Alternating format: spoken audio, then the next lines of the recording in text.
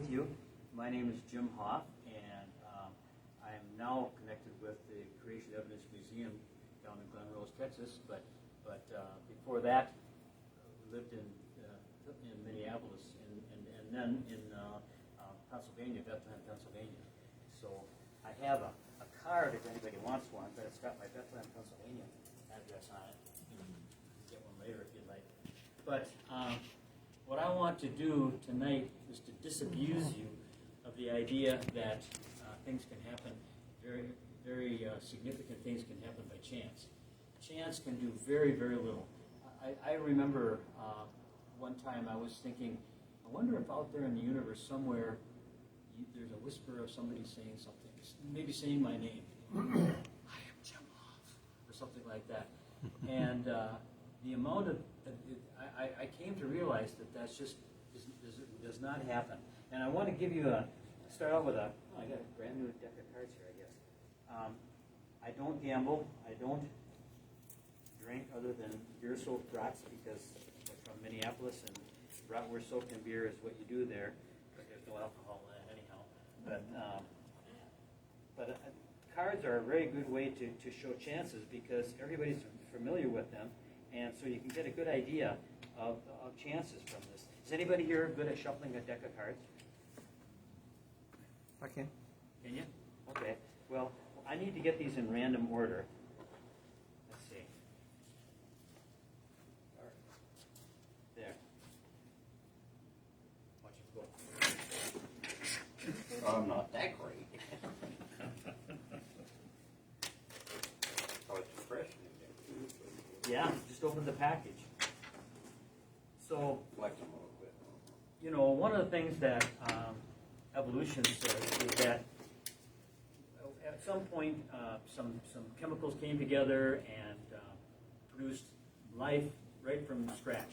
And what I want to show you is that that just could not possibly happen. If you look at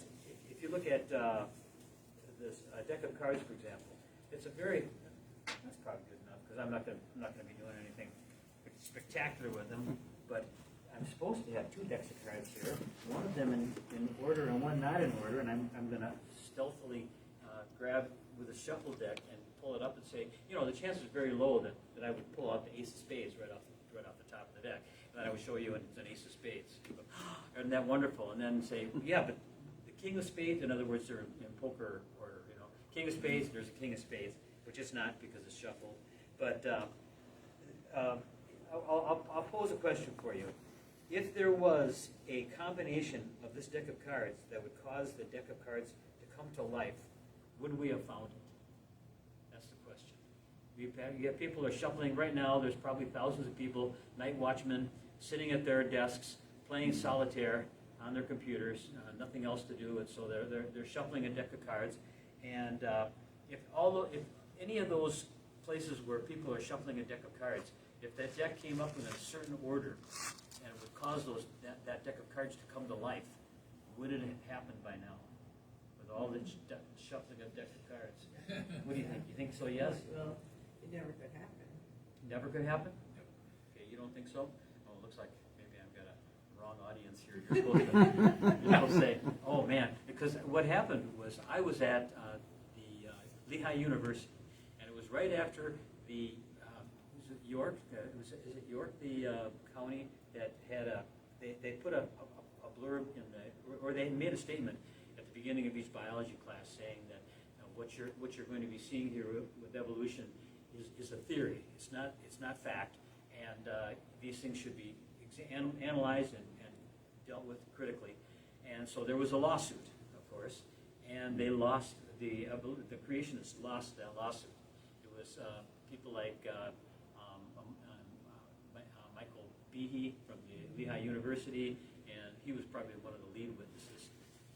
But there was a professor, and I've got to think of his name now, from Brown University, and he was the lead person on the evolution side. And when they won, he came and he wanted to do a victory lap at Lehigh University, basically to poke in the eye of Michael Behe, because that's the university that Michael Behe is at. So he had an evening auditorium, and I found out about it, and so I went and decided to attend it and wanted to ask some questions. But it was a festive atmosphere. Everybody was so happy because they had won this lawsuit against the creationists, and so I came in there and I was looking for a place to sit, and somebody says, "Hey, come on over and sit down here." And so I did, and we ended up getting into a little discussion, conversation, and I asked that question of the guy that found the seat for me. I said, if there was a combination of a deck of cards that would spring to life if we encountered it, would we have found it? And all the random shufflings and things, assuming that it's random, assuming that it's not.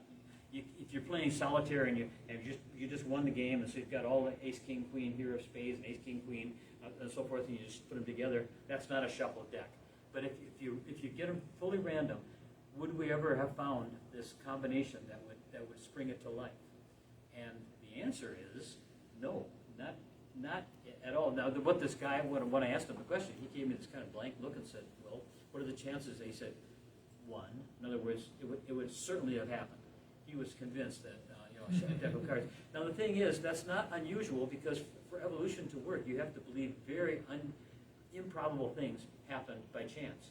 And so he is the victim, the product of the schooling that he got, and he believes that life happened by chance. And so, of course, a deck of cards, I mean, how difficult would it be for a deck of cards to happen by chance?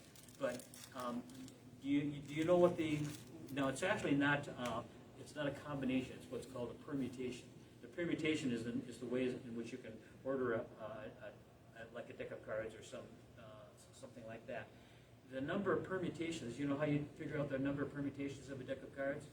Basically what you do is you throw them in a hat, and then you reach in and pull out one at random, and the chances of getting the one that's going to cause this life to happen by chance is 1 in 52, because there's 52 cards in there. So then you got to get the next one right too. What are the chances of that? It's 1 in 51. So 52 times 51. The next one is, there's 50 cards now, so you pull out the next one, it's 50, and 49, and 48. So the chances is 52 times 51 times 50 times 49 times 48. And on your calculator, you have a thing that you may not have used if you're not mathematically oriented. It's a little exclamation point. And that's the sign for a factorial. N factorial is N exclamation point. So here what you want to know is 52 factorial. What is that number? And the number is 8 times 10 to the, approximately, 8 times 10 to the 67th power. Okay? That's 8 with 67 zeros after it. And that is a huge number. You can see why, though, because 52 times 51, the numbers, when you get down to the end, it's 5 times 4 times 3 times 2. Those numbers don't add up much, but the beginning numbers really get the numbers up high. So 8 times 10 to the 67th power, one way that you can think of the chances of that is, let's take 1 trillion people.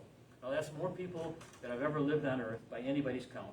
Evolutionists or creationists, we all believe that it was no more than 100 billion. There's 7 billion right now, and we have the largest population we've ever had. So 100 billion, this is 1 trillion. Take 1 trillion people, give each one of them 1 trillion computers that are capable of shuffling cards 1 trillion times a second. That's once per picosecond. And a picosecond is, first of all, light goes around the Earth 7 times in a second. Okay? But a picosecond is how far that light would travel about that, going about that far. It would go about that far in a picosecond. Because a nanosecond, it goes 6 inches in a nanosecond. Divide that into 1,000 times, you get a picosecond. So you've got this thing calculating every picosecond. You've got 1 trillion computers per person, and each one is calculating, shuffling the cards 1 trillion times per second, and you're going to do that for 1 trillion years. So what would that be? That would be 1 trillion people, and each one having 1 trillion computers. That's 10 to the 12th. That's what 1 trillion is. 1,000, million, billion, trillion. 3, 6, 9, 12. Okay. So 1 trillion people with 1 trillion computers each. That's 10 to the 24th. Calculating 1 trillion times a second. That's 10 to the 36th. And then doing that for 1 trillion years is 10 to the 48th. Plus you have to add in 7.5, because that's what number of seconds in a year is. It's 10 to the 7.5. So 48 and 7 is 56.5. You're about 10 to the 12th away from 10 to the 67th. That means that if we were to do that, if you were to have 1 trillion people doing calculating for 1 trillion times a second for 1 trillion years, your chances of coming up with that combination that comes to life would be 1 in a trillion. It's not going to happen. Is that amazing? So, now the amount, you can talk about this having some information. If you were an information specialist, you might want to send a code by the combination of the cards. You could send about 28 bits of code by doing that, because 10 to the 67th is 2 to the 230th, I believe, 280th, somewhere in there, which is about 28 bytes. So you could send 28 bytes of information with this. You can't get 28 bytes of information by chance. You just can't do it. If there was a combination, and maybe there is, if there was, we would never find it. We would not be able to find it randomly unless somebody figured out some way to find it. That's just kind of a beginning idea of how unlikely something like that is. Okay, but there was a thing called it's the infinite monkey theorem. You can look it up on Wikipedia. There's quite a long write-up on it because it's been used many, many times. Richard Dawkins, for example, mentioned it in his book, The Blind Watchmaker. And the purpose of the book, The Blind Watchmaker, is to convince you that very unlikely things can happen by chance. And because you may know Paley came up with the idea, the thought experiment that he came up with was you're walking along on the beach and you pick up this shiny object and you notice it's got a glass front on it and it's got a hinge on it. You can open it up and it's going tick tick tick tick tick tick tick tick tick tick, and son of a gun, it's got the time on it and it's got the correct time on it. What would be the chance of something like that happening? And he said that would be evidence that an intelligence had produced that watch. That would not happen by wind or waves or tornadoes or electrical sparks, or there's no kinds of action, random action that would cause to put the hands on the gears and the cogs and so forth. And that's Paley's argument. It's called the teleological argument. Teleology is the study of design or information.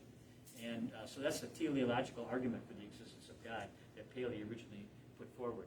And Richard Dawkins was trying to put the nix on that argument by in his book, The Blind Watchmaker. So what he did was he wrote a program. He's not an experienced programmer, he says, by his own admission, but he said he wrote it in a very simple language, probably Visual Basic or something like that. And it was a program that would take a quote out of Shakespeare, and the quote is, "Methinks it is like a weasel." Where that comes from, because he's Oxford, he's got to make this special like that. But methinks it is like a weasel is out of Hamlet, and they're looking up at the clouds, as I understand. I'm not much of a literary person, so I'm getting this secondhand. But they're looking up the clouds, and you see maybe somebody will see a sailor in there's clouds, or they'll see an animal or something like that. It's kind of a Rorschach test, where you take the ink blot test, you put the ink together, and what do you see? That's what they're doing. They're looking at the sky, and one of the characters says, "Methinks it is like a weasel." And so he took that quote, which is about 28 characters, and said that he wanted to see how likely it would be that would come up by chance. And so he wrote this program, and what the program would do is it would spit out random numbers, and then it would watch for characters. And then it would watch for characters that match this template. Methinks it is like a weasel. If they do match, it will freeze them and then go on and let the other characters continue to chew. And he found that it took about somewhere in the range of about 40 or 50 iterations, and it would come down and would say, "Methinks it is like a weasel." Now, that was his argument for the idea that things can happen by chance. Very unlikely things can happen by chance. Does anybody know what the problem is with that argument? I think, Dave, you probably know. But anybody know what the problem is with that argument? It supposes a mechanism to recognize the order and preserve it through the next iteration. Right. And of course, natural selection doesn't have that. We're talking about the time where there is no life. You just got chemicals boiling or simmering in a soup, and they're producing amino acids. This is going back to Miller, Urey, And so if there happen to be these random amino acids that are there, and let's say that they're all the 20 that are necessary for life, and they just happen to kind of fall together, and then the mechanism that does not exist in science, in the nature, but that we have is a trap. In the Miller-Urey experiment, they would trap those things when they found them and take them out of the atmospheric situation so that they would not hydrolyze. Hydrolysis is a process that breaks down things like that. Hydro means water, and lysis means to break up. If you take bacteria and you lyse it, it means you break the cell walls and make a big glop of goo out of it. And so hydrolysis is all the action. The normal action there is to go from the well-formed molecules down to goo, not to go from goo to the well-formed molecule. But every once in a while, there will be something that will go against the normal process and will produce an amino acid chain, 1 or 2 in length, and you'll get the start for some protein or something like that.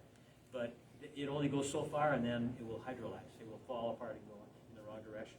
But that's getting a little bit off. So what Richard Dawkins was doing was he was saying that if there was some kind of a mechanism that would fix these as they come out, then you could very quickly come up with something like methinks it's like a weasel, and you can show that you can make very long ones in not too many steps, thousands of steps maybe, not millions of steps, and you could produce maybe the protein, produce the code for a protein, such as collagen. Well, when the creationists got a hold of that, they just laughed basically because it was so silly.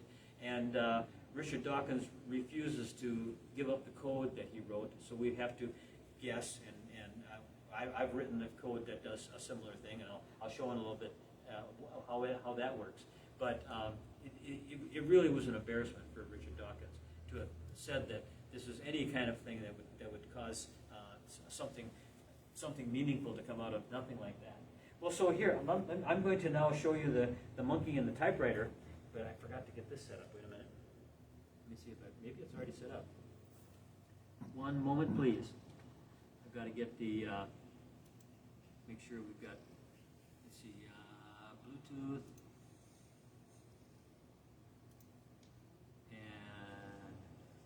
Don't have it there, so let's add it. And sorry, I wanted to have this all set up before we got started. I'm going to turn this off and back on so we make sure it doesn't connect to anything. Powering on. Come on. Back on again and hold. Yeah. Powering on. There we go. Ready to pair. Ready to pair. No, I'm gonna wait for it to come up with it. Who's 1 plus Nord N20SG? It's one of you guys.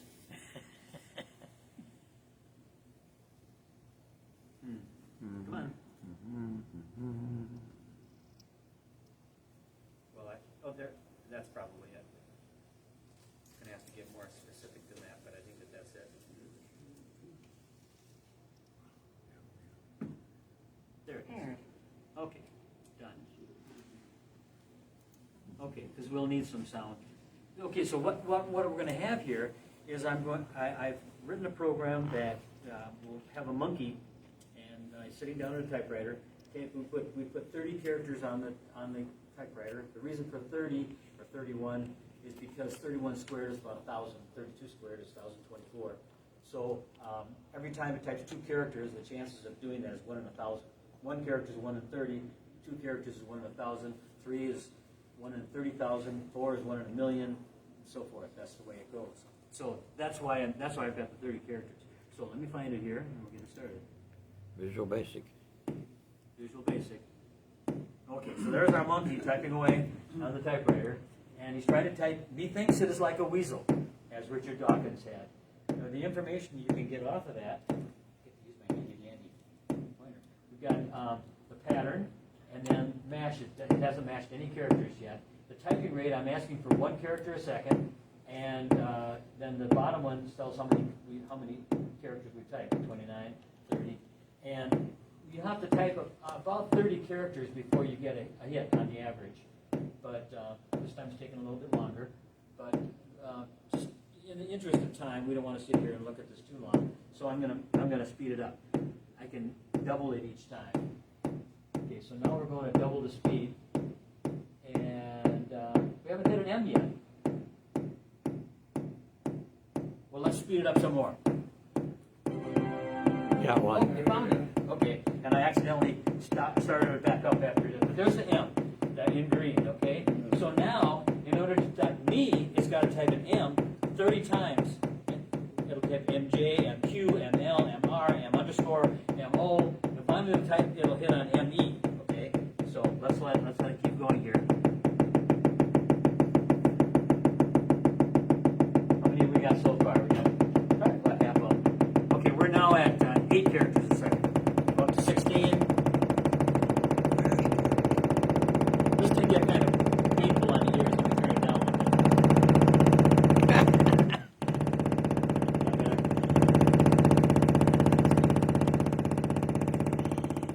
All right, so anyhow, it hasn't hit ME yet. All right, well, let's speed it up. Each pop is a character. It's getting up into the audible range now, where you can actually hear the characters. The monkey's going typing away. So we haven't gotten an ME yet. We should have happened about 1,000. So it's taking a little bit longer, but this is random, so you never know exactly how long it's going to take. There, I got it. Ta-da. ME. Okay, so now ME, that's 2 out of the 28 characters. Well, at that rate, we probably should be able to get something. We could get anything sort of like a weasel as we sit here tonight, right? It shouldn't take too long. Well, okay, now when it wants to get the MET, it's got to type ME 30 times, but it just did. It's got to do that 30 times on average in order to get the MET. So let's let it keep going here. We'll try to get it out of the audible range.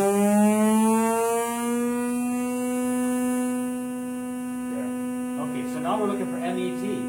That monkey is really typing along. Wait, there he did it. Okay, and that normally would take about 30,000. It got it in 4,000, so it got a little early. The other ones were a little late. This is a little early. But you can see MET. Okay, so let's keep on going. METH. 5,000 characters. 6,000 characters.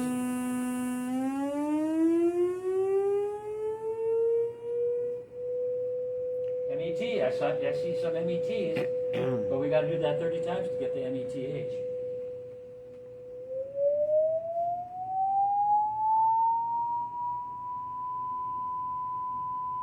That's, right now it's doing 1,000 characters a second, right in the middle of our audio range. I'm making the characters smaller so you can see what's on the screen as we're going. Okay, 2,000. All we're looking for is METH. That would take 4, and so that's 1,000 times 1,000. It should take about 1 million. We're at 75,000, so it's probably going to take a little while before we get to it. Okay, let's go to 8,000. How many can't hear that now? Oh, there it is. I can hear it. Okay, METH, 140,000. So it was a little early, it was early, but you can still hear that? You can hear that 8,000? Mm-hmm. Okay. We're mostly older people here, so probably 16,000 you won't be able to hear. But how many you remember old televisions? They don't do it anymore, but they used to have a raster. And the raster is 525 lines, 30 times a second. So 525 times 30 is 15,750. So I could hear that when I was a kid, but I don't think I can anymore. Here's 16,000 now. I can hear that. I used to could hear, like in Walmart, and where they sold guns and stuff, they used to have ultrasonic sensors, you know, and I could hear those. It was just, Can anybody hear this? Nope, it's gone. Okay, well, I'll show you that it's actually happening. I have on here a program. Let's see if I can find it here. spectrum analyzer. I wanted to have it on here, but I didn't have the right thing for it. There's the 16,000 spike. You can see that little spike right there? Mhm. That's the 16,000 killers. So this thing's putting out that sound, but none of us can hear it. That's about the top of human range, yeah. Yeah, yeah. It's a 20 kilohertz is if you got really good hearing, but If you're a kid, yeah. yeah, you're a kid. And when I did give this presentation with kids, they're going, "Ow, that hurts! Will you stop it, please?" It's so loud. I have a plasma lighter that when I turn it on, none of the adults can hear it, and the kids are going, "Ah, Dad's got his lighter again." Yeah, yeah. What is that frequency? It's way above the hearing range. I have no idea what it is. Okay, well there's I had 16,000. no idea that it would even. Since the Audible. If you know your audio at all, you know what Nyquist criterion is. Anybody heard of that? The Nyquist criterion is you can't go more than half the frequency before you start getting what's called aliasing. You start hearing other sounds. So when I go up above 16,000, since this is being sampled at 40,000, you can't go more than 20,000. So this you won't be able to hear this. It's off. But now we're cranking right away here at 32,000 characters a second. From there to there is 32,000 characters. And we're not getting, we've got the METH. Now we're working on METHI, which would take 30 million on average. And we're at about 2 million, so we probably are not going to see it too soon here. So how many characters could a monkey type in a minute? How much Period. would a woodchuck chuck if a woodchuck could chuck wood? Yeah, we're traveling through time here. So if a real monkey was typing, how many characters would that be a minute? Well, they have actually, because this infinite monkeys theorem is so popular, over in England they took a zoo monkey exhibit and they stuck a keyboard in there and with a display, and you can actually get the published results of that. It was about 6 pages that they did in maybe a week or something like that, and they were really enamored with the letter S. It was mostly S's that they typed, and they pooped on it on the keyboard, and they jumped on it and did all kinds of stuff on it. But that was the limit of it. So you can get that online what they typed out. Okay. Oh, I'm sorry. Okay. So now this is about. We're asking for 32,000. We're getting it. Let's go up one more time. Then it won't be able to keep up. I'm asking for 64,000, which is this number right. I'm gonna show you. That's 64,000 right there. And this is how much the computer can actually do. 31,000. Now I gave this presentation once, and it was actually I think it was James. He said, I can get you a server that could go up to 120,000. I said, it doesn't matter. This is way beyond what anybody can do anyhow, and we're off in Never Land. But you can see that this, all we're trying to get is METHI, and we're at 5 million type 6 million. type characters now. Does that give you an idea? It's just not going to happen. We're not going to get that, and he thinks it is like a weasel. If we were to do this for, an indefinite period of time, it just isn't going to happen. Each character takes 30 times longer than the character before it. And so 2 characters takes 1,000 times longer. So you can just keep it. Let's see, what do we have? We have 28 characters. So that would be 14 times 3, which is, what's 14 times 3? 28, 42. So it'd be 10 to the 42nd power. A 1 with 42 zeros after it to get the whole thing he thinks is like a weasel. If you have any grasp of what 10 to the 42nd is, that's just not going to happen. Well, what I can do is I can leave this program running in the background and show you a second program, because you're not convinced yet. You wouldn't be convinced if you were an evolutionist, because this is one monkey. What happens if we got a billion monkeys? Well, certainly, a lot of monkeys could get something typed. So to answer that question, I wrote another program, and we'll bring that up in a second here. I think if I hit this, yep, it keeps the program running. And I can go and bring up, where's my mouse? Go back to this, and now I want to go to another one called monkeys. And put that EXE on there. There, okay, now we'll drop this down so you can see the other one in the background. So the other one's still running, and it will, ta-da, if it hits something. But this one allows us to have more than one monkey. You can see, and also this one is not random, this is calculated. So we'll know what the calculated value would be each time. So you've got three things you can change: the number of monkeys, the characters per second that the monkeys type, and the time that they're typing. What you're trying to do is find out totally how many keys are being pressed, and that's the three factors. You multiply the number of monkeys, you multiply the number of keys. You multiply the number of keys per second, you multiply the number of keys, and you multiply the time, you multiply the keys. So let's just for example. We'll just type 4 characters a second and see how that is. You can see that, I'm typing out Genesis 1, 1, and 2, I think it is. And type 4 characters a second, it doesn't take long at all. In the beginning, God created the heavens and the earth. You can see that comes out pretty quickly. But now, let's actually try typing, we've got 1 monkey, 1 key per second, and 1 second is equal to 1 second, in other words, at real time. And so let's see what happens if we start that. How do I do it? Right there, I think. And what's happening here is the time is going by in seconds, 6, 7, 8, 9, and it's telling how many characters would be able to, and since I'm doing it mathematically, it's actually, you can do it fractions. It's got a fraction of a character. It's getting up there, 0.8 characters, and we're getting up to 30 seconds. When we get to about 30 or 31 seconds, it'll switch over and you'll have 1 character. And that's basically what you saw with the other one, too. 8, 29, 30. Right there. 1 character. Okay? So we would be here a long, long time waiting for any large number of characters to type. So let's speed things up a little bit here. First of all, we can say instead of 1 monkey, let's make it 1,000 monkeys. Now, that should really speed it up, right? But actually, 1,000 will, all it'll do, well, you'll see what it'll do. Let's try that.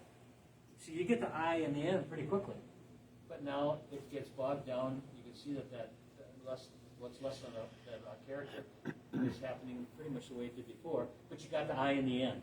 You got in, and now we're working on the space, the I in space. Okay. Well, what about more monkeys? We can. What if we put in? Oh, if I can find my mouse. Okay, there's 1 million. Billion, a trillion. Okay, this is where most audiences, this is about as far as they can think is a trillion, because a trillion, like people don't even realize a trillion cards, I think, would reach somewhere around the moon. Is if you were to stack them, cards one on top of another, and so that's already boggling a person's mind to just think of a trillion. But we can go beyond that. So let's keep on going here. We can go. Well, first of all, here's what happens at a trillion. You get in the B, and then it bogs down, and you get the same behavior that you were getting before. It's working on that last character, and it's going to take it until you get a ways before you get that next character. It's going to take 30 times as long for the next character, just as it did before.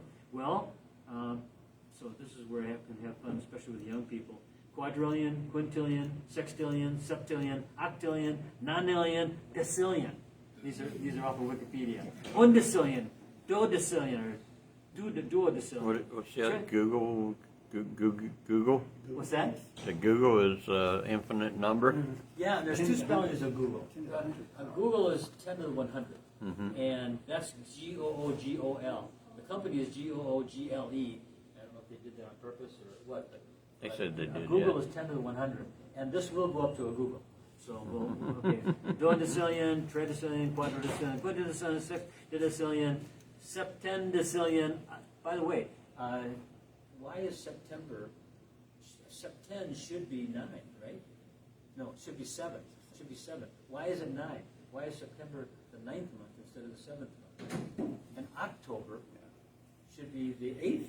It's the 10th. And November should be the 9th, and it's the 11th. Why is that? You know why? Kings. Because Julius Caesar, Augustus Caesar wanted their own months, and that's why we have July and August.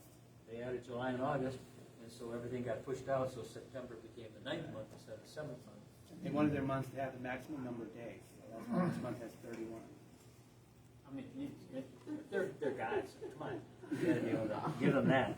So anyhow, so that's why octodecillion, novemdecillion, vigintillion. Okay, these are words you're gonna use every day in your, in your spreadsheets and things like that. A vigintillion monkeys is 10 to the 63rd monkeys. Okay, that's a lot of monkeys. Let's see what happens if you have a vigintillion monkeys. We'll begin it. You get some characters here. In the beginning, God created the heavens and earth. But now you notice that next letter is the same behavior. It's going to just crawl to get that next letter. Because it's going to take 30 times longer.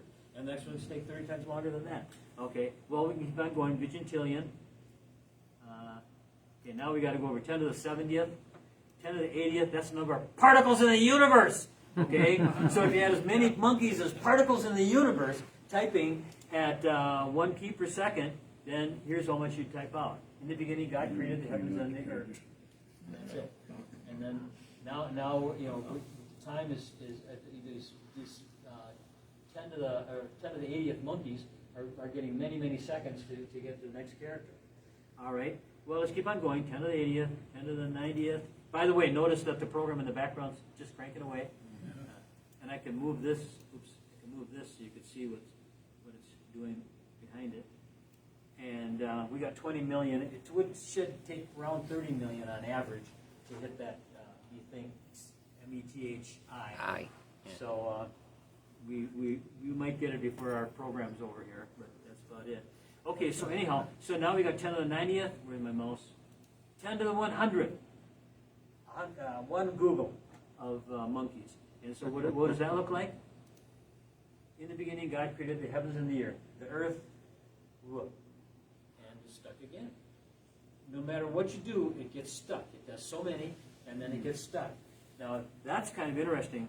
That may not surprise you, but what do you think happens? Okay, well, first of all, we got 1 key per second, 10 keys, 1,000, a million, a billion, a trillion keys per second. And that's as high as I went.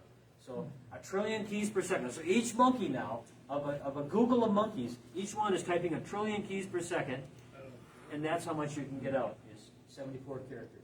Do you think you could define the simplest life with 74 characters of information?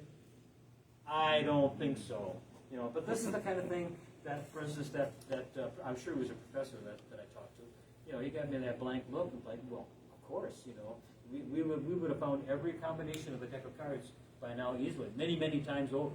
But no, we will never find all the combinations by stretch. In fact, if there's 10 to the 67, if you don't get to the square root of 10 to the 67th, which is about 10 to the 34th, if you don't have 10 to the 34th, then you not only will not find the answer, but every single one of your combinations will not match.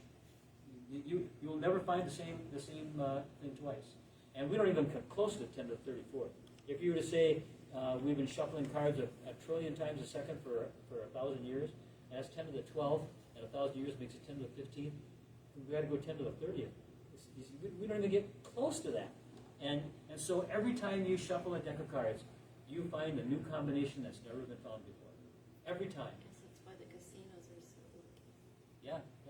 I mean, these things, there are these, like the gambler's fallacy, that people don't understand how chances, probabilities work. But every time a fully random shuffled deck of cards is shuffled, you get a new permutation, a new ordering that's never existed before. And every time you do that, you'll do that. Take that randomly shuffled deck of cards, cut it, put it in the other way, you got a new one that's never been before. Pull out of the middle, put on the bottom, a new one that's never been there before. That's how much we're not teaching our kids what the chances are of these things happening. It just would not happen. Okay, well, now this one might surprise you. I'm going to now increase the rate. If I can find my mouse again. There. Okay. 1 second, that we're doing it in real time here. Let's instead 10 seconds, a minute, an hour, a day. Let's go to a year. Okay. So now every update on here in a second, it's a year. These Google monkeys are typing a trillion keys per second for 1 year, each one that goes. And what do you get? You get a little bit more, And now you've got 80 characters. You're still not going to define life with 80 characters.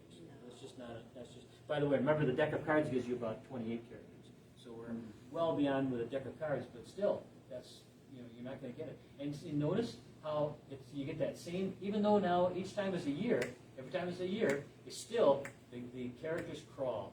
After you get that certain amount, now we're at 80.62, 63, 64. It's crawling along as the years go by. Well, one more thing we can do with this, and that's to go up to 1,000, 1,000,000, 1,000,000,000, 1,000,000,000,000 years. So now we got a Google of monkeys typing 1,000,000,000,000 keys per second for 1,000,000,000,000 years, and what will it look like? You get a few more. You get 87 characters now. That's it. That's it. Every particle in the universe has a monkey on it, and you have 10 to the 20th universes. That's a Google. Okay, 10 to the 20th universe is the number of particles in that, and that's what a trillion, quadrillion is 15th, quintillion, so 100 quintillion universes in order to get that. These numbers are just. I'm sorry to interrupt your train of thought, but how do you explain Richard Dawkins getting the results that he claimed he got? Because he had an intelligence selecting. He knew his end. He knew his end. His end that he wanted was, methinks it is like a weasel. It would be as though the universe knew what the code was for a human being, and these things are being strung out there. And every time you get 3 billion characters to do a human being, something out in nature is saying, "Oh, that one just got the correct amino acid in that base. Lock it. We get it ready for the next one." It's just garbage. It means nothing. It's and you'll see that in a second. I've got the methinks it's like a weasel program, so we'll see that in a minute. But you see how that is? Now the one in the background, it may get that next character. We really wait a while, we might see that next character, but that's it. Now going to the next one is going to take 30 times longer than that. It's just not something that you want to count on as being going to give you life or something like that. So here's the bottom line, is that when evolutionists are talking, the first thing you have to realize is that evolution is true. Okay, you have to assume that evolution is true.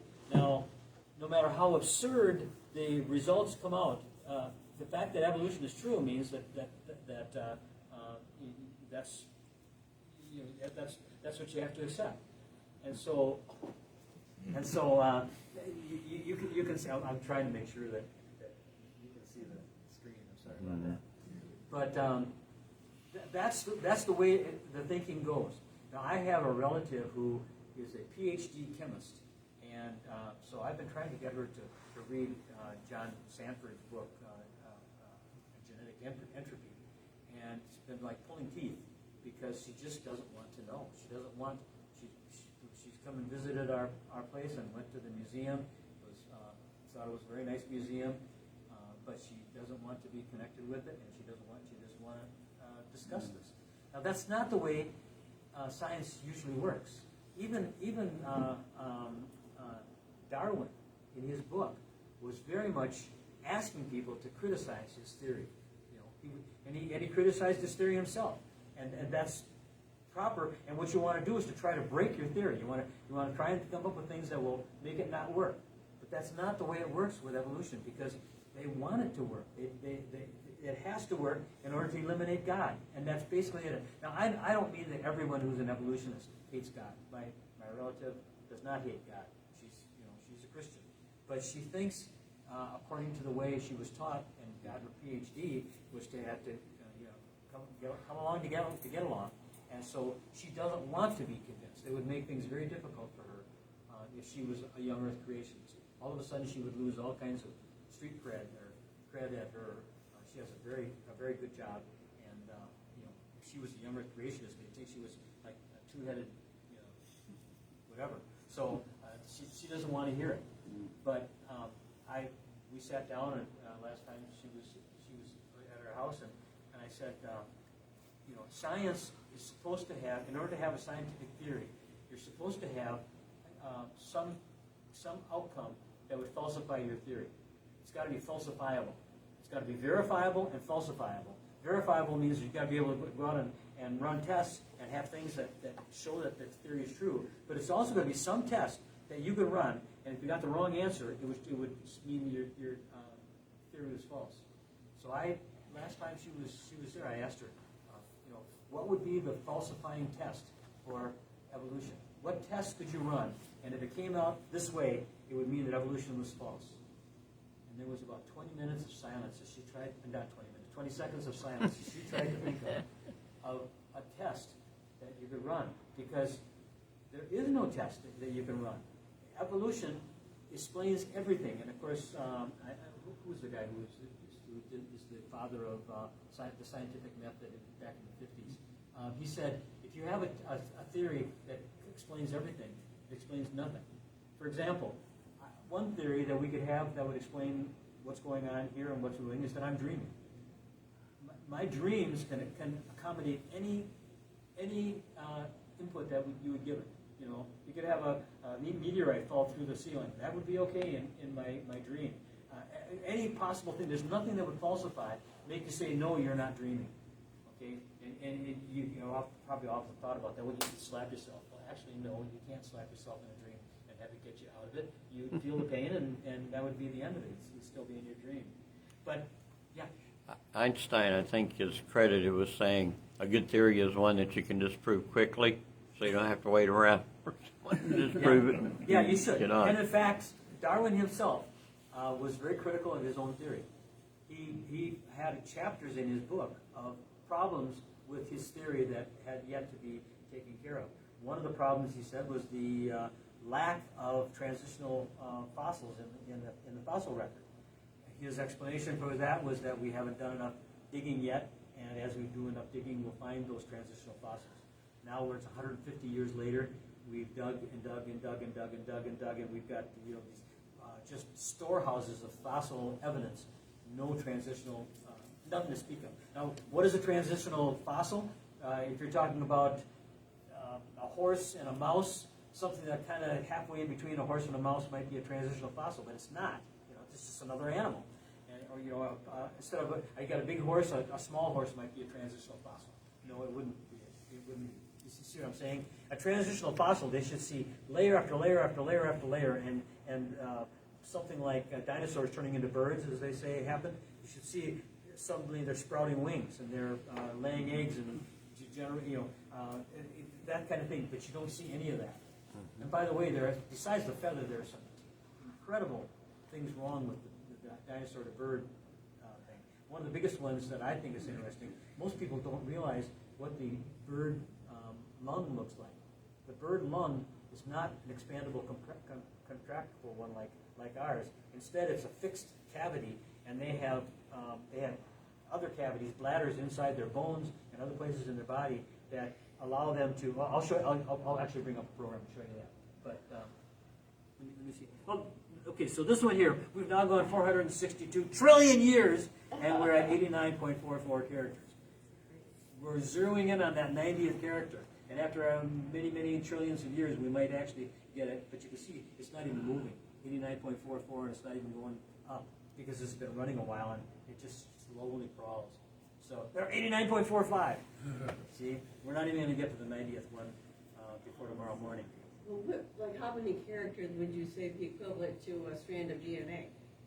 Well, that's a good question. A strand of DNA has ours has 3 billion base pairs. Now that's not the simplest one, of course, but the simplest one has not too many. It has it has I should say not too many, quite a few. There's about 500 genes in the simplest. There's a bacterium that resides in the reproductive tract of animals and humans, and it's considered one of the simplest ones that there is. And there's a guy by the name of J. Craig Venter, who was the one back in the turn of the millennium, actually, when they were trying to decode the human genome. Craig Venter was the one who came up with a way to do it very fast. We should be just finishing it now, maybe in the 2020s or so, because we were doing thousands per hour, but when you got to do 3 billion, that just doesn't get you there. He came up with a way of doing it where he did it in about a year, and it was caused a big stir at the time.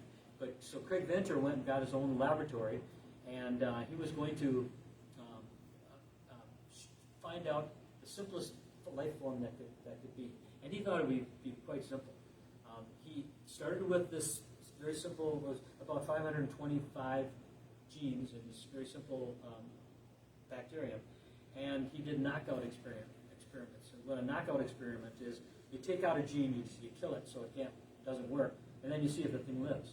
And if it lives, you don't need that gene to live. Okay? Maybe it's developing a new way of, for instance, E. coli can live off of glucose, or it can live off of citrates. So if you knock out the citrates, it can still live on the glucose in a laboratory environment. So you can kill that gene. So they did that. We started with the 525. You know what they got down to? 473. That's a lot. They thought that they were going to knock out a whole bunch and get down to 25, 30, maybe something like that. No. For one thing, they knew I guess they really knew they wouldn't get down below about 300, because they know what some of those 300 are. You have to be able to do all the things, all the mechanics that has to go with DNA. You have to be able to translate, what are the three things you have to do? Translate, replicate, and I can't remember what the third thing is. This is just genetics 101.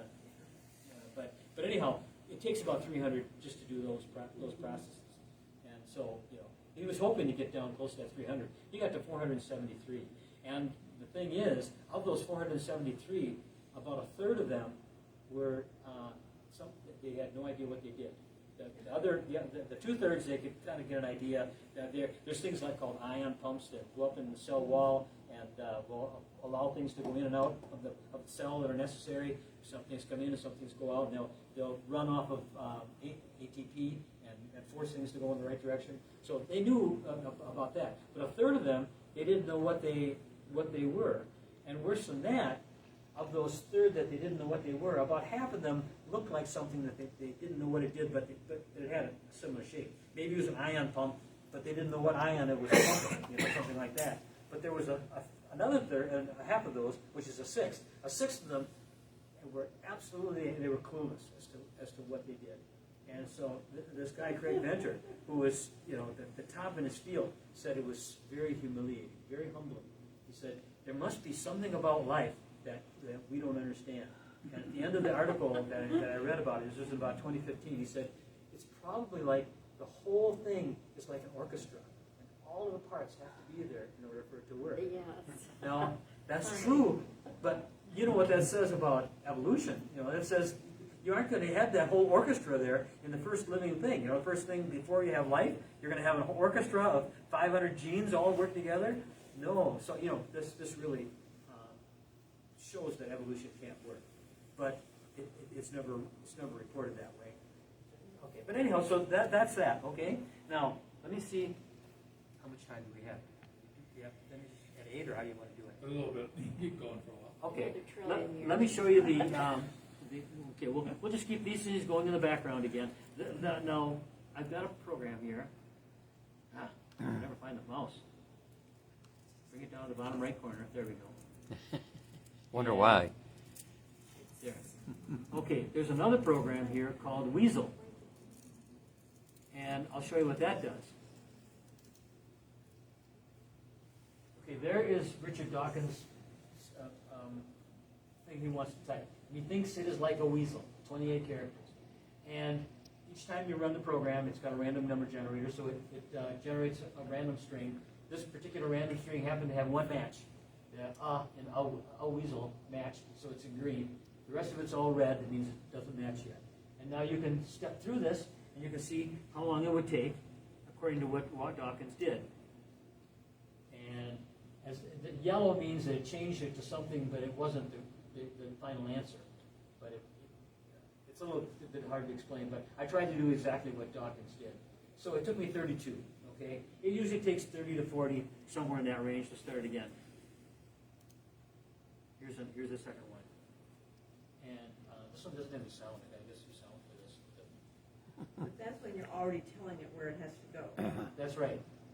I think he said, I got 42. That's what he got in his. So I probably have something very close to his correct program that he did.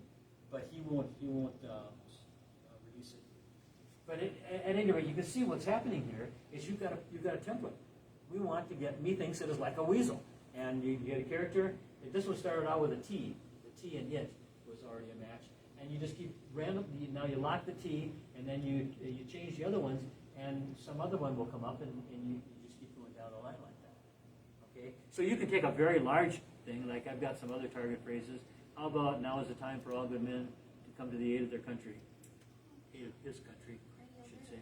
But anyhow, here's go. And it's much larger. This is 68 characters, and it will, in very fast order, with this template, find this solution to it. I think it's around 150 to get them all correct. Sorry, could you explain a little more What this is doing? Okay, Richard Dawkins had this program in his book, The Blind Watchmaker, and what he was trying to point out was that very complex things can happen very quickly from random processes. What he doesn't point out, and I wonder whether I think he didn't even stop to think. Because, first of all, start out, evolution is true, right? Evolution is true. So when you're trying to show something, do something that shows that evolution is true, you get very lazy and very undisciplined, because you know it's true. What are we going to say about it? And so, did it finish? Yeah, 163. So he put this program in there and just immediately was just lambasted, especially by the creationist community, because he's inserting intelligence into it. He showed nothing. He didn't show anything as far as any random process being able to produce anything useful. Okay, so that's that program. I just wanted to have an idea to see that. Now I gave you a string here, and this is to show kind of what happens with DNA. DNA is a string. It's a long string, and so is protein. Proteins are also big long strings. Proteins are strings of amino acids. DNA are strings of base pairs. And so on this one, I made a string, and read it out just so I can say what it says. In a large saucepan, melt butter over low heat, add marshmallows, and stir until completely melted. Add Rice Krispies cereal, stir until well coated using buttered spatula or wax paper. Evenly press mixture into 13 by 9 by 2 inch pan coated with cooking spray. Cool, cut into 2 inch squares. Okay, see that's basically what DNA is. It's a recipe, and very similar to that, written in string. It's got starts and stops. It's got I put blanks in there between the words so you can see what the words are. DNA has all those kinds of things. So it has places where a gene begins, and then it goes and reads. And when they found this in the 1950s, they thought that they had really solved the whole thing. They were just beginning. We now know that not only do we have to have this, but we have to have something that will take that string of amino acids and form it into the shape. And there's a little organelle inside every cell of your body that the DNA gets strung into there, and it makes the shape. You have proteins that have a body with legs, and they walk along what's called a little thing going from one place to another inside your body. It's in every cell of your body, and not only that, but when you want to send something from here to there, that track that you lay down gets laid down specially for that, because it would make the cell too rigid if it was there all the time. And so you need to go from here to there. It puts a track. How does it know where the track's going to go? Every time they find a new discovery, it raises 100 questions. How does this happen? But that's what happens. And I can show you some videos of these things. The track is forming as they go and breaking down behind as they finish. And then these things are being recycled. It uses a currency, which is called ATP, adenosine triphosphate. And that currency is what runs everything. So every step they take uses one ATP. It turns ATP into ADP. And then the next one is a step. And you're going to have something randomly produce that kind of thing. All that stuff has to be there. And so you have to have these three-dimensional. Here's the thing.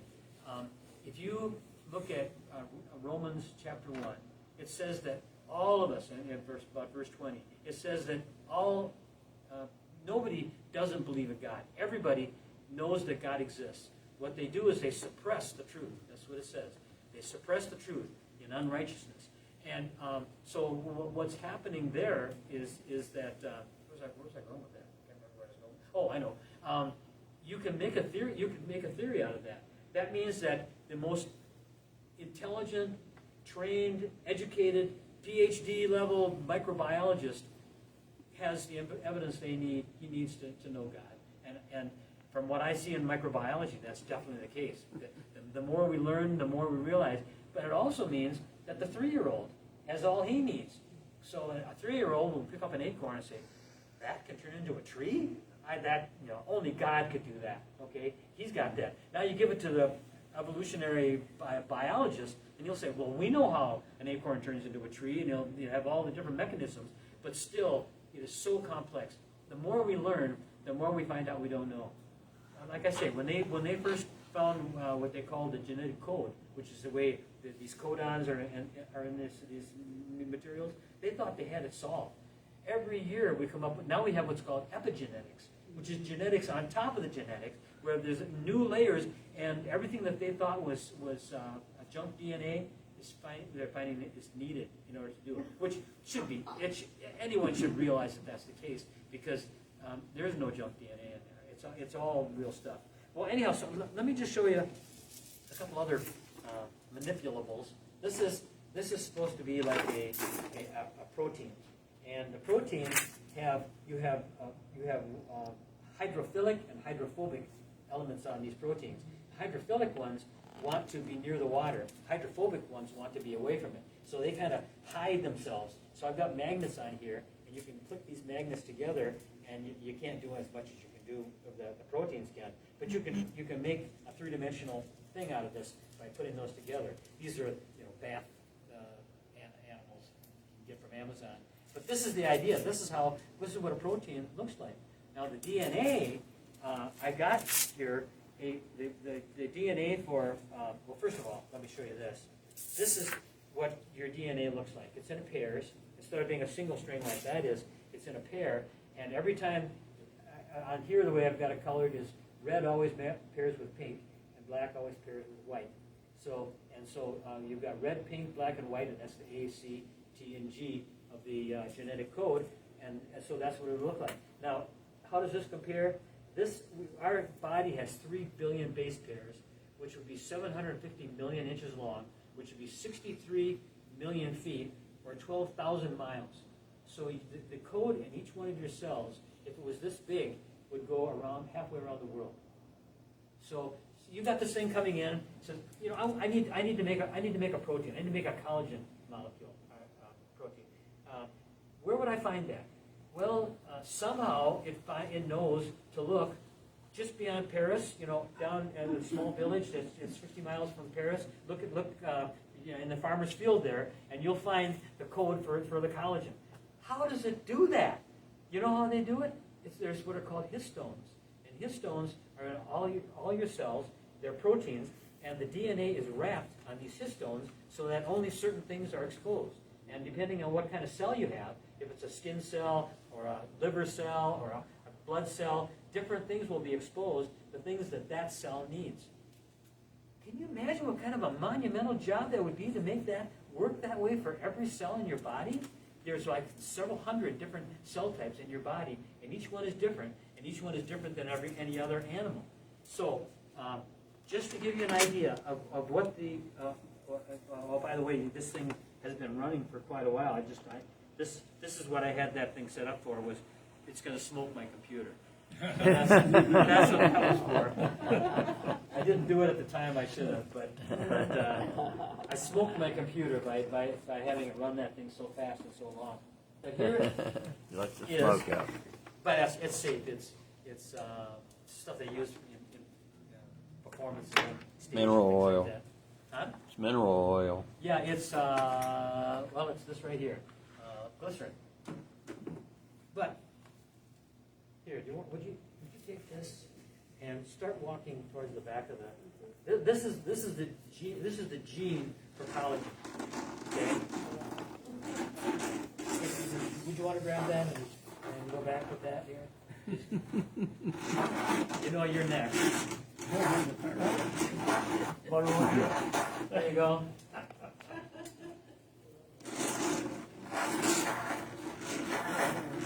This is how long the gene is that produces collagen. The most abundant. Somebody want to come? Anybody want to come up and grab this? Anyhow.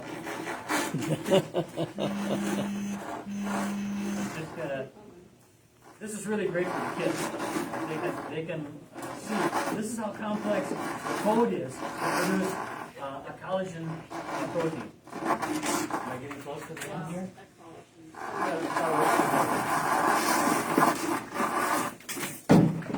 So that's how long the code is. It's about several thousand base pairs long.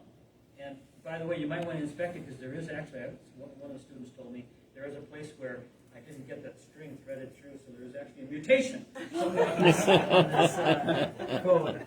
But that's what it is. That just gives you an idea. That's how complex a typical molecule is in your DNA. That's one of, you have about 20,000. And the collagen gene produces at least a dozen different collagen forms that are used in different. You have collagen in your skin. That's why some people go to the beauty place and buy collagen to eat. There's collagen. Your bones are 1/3 collagen. You have collagen in your eye. It's just all over your body. It's the most abundant cell in your body. So you can put it down. That's fine. Thanks. Good idea. And I made that. It took several weeks to do it. This is the code. I pulled it. You can get the database off of the internet, and so I took the code and made these sheets like this, and then there's blue, red, yellow, and white, and then I would glue them all together, make those different forms. And then these different pages are used to produce the. Wow. So it took several weeks. Thanks. So any questions?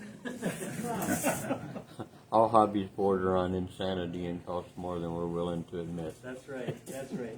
Well, this one I hope it gives people. I think you're a pretty educated audience, but I want to be able to do this like in high schools or places like that to show them. Evolution is defunct. It is really defunct on so many levels. So it's just hard for me to comprehend how the process of getting to even a building block for life can be sustained until there is